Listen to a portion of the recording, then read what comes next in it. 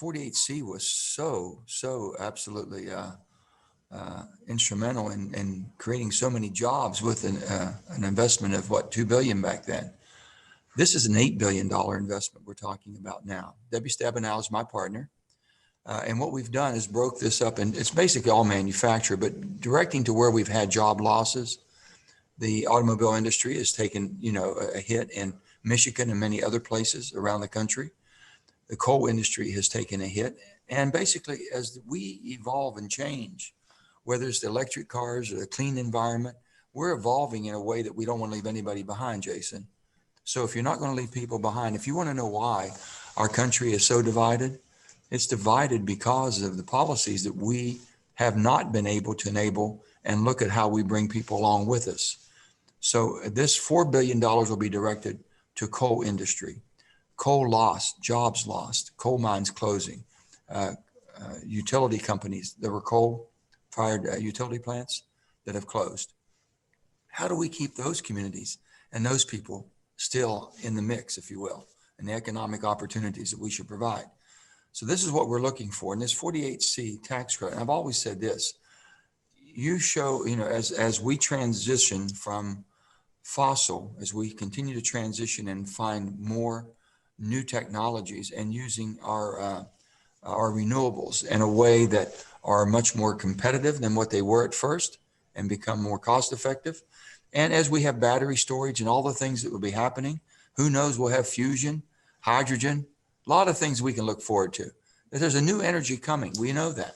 And as we do, you can't forget the people that provided the energy that made the country what we are today. So I've said this, follow the money. Just follow the money. The tax credits, if you're going to be using tax credits to create new types of technologies or to bring them into more of a matured state, that's great. That's how we've got your renewables where they are today. But what happened, we forgot about the people and the jobs that were lost and left behind. And I've told people, the good, hardworking coal miners in West Virginia feel like they're returning Vietnam veteran. We've done everything you've asked. We've done the tough jobs, the dirty jobs, and we fought and we sacrificed. And now there's no respect or appreciation. 48C, what we're doing here, Jason, does that. It returns the respect that we should be giving the people, but also giving them new opportunities with it. So if you're going to have a new industry and we're going to be making, we've said this, we can innovate our way to a cleaner climate. If you're looking at it globally, we should be the manufacturers of the technology that uses all forms of energy in the cleanest fashion possible with reducing our emissions. And it should be done in the areas that have lost the jobs that basically made the country that we are, give them a chance to now take us to the clean future. That's all we're doing. It's common sense. I've said this, you give a coal miner a chance to build you a windmill or a solar panel, you'll have the damn best windmill you've ever seen. Efficient, done well with pride and craftsmanship. And the same on any other type of technology that we want as we traverse this chasm. And if we don't do that, you want to know why there's such a divide between the urban and the rural? That's why. They think they've been forgotten and left behind. This takes that and to a whole nother realm. And I'm excited. Debbie's excited. Republicans are excited because we all know Democrats and Republicans have to work together, Jason.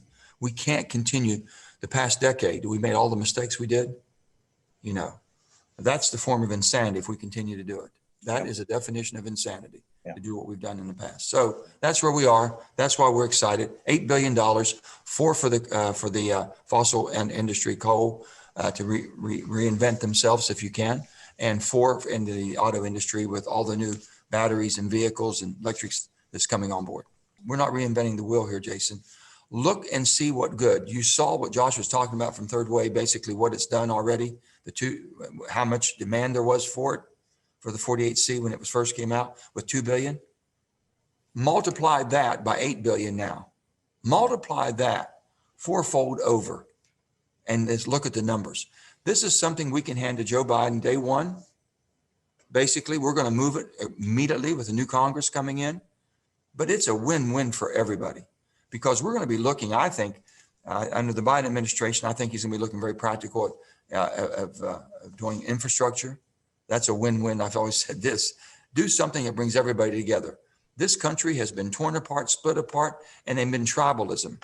Now there's times for the tribes to join as one tribe, the United States of America tribe, because we've been a divided country. We need to be a united country again. The best way to do that is pick something everybody agrees on. And I said, listen, jobs everybody agrees on. Democrat, Republican like jobs. Infrastructure. The pothole doesn't have a Democrat or Republican name on it. It'll bust your tire and your car the same as it will mine. So what brings us together? Fixing things that we all need and not taking on things that divides us more. That's where I think the common sense of Joe Biden will be.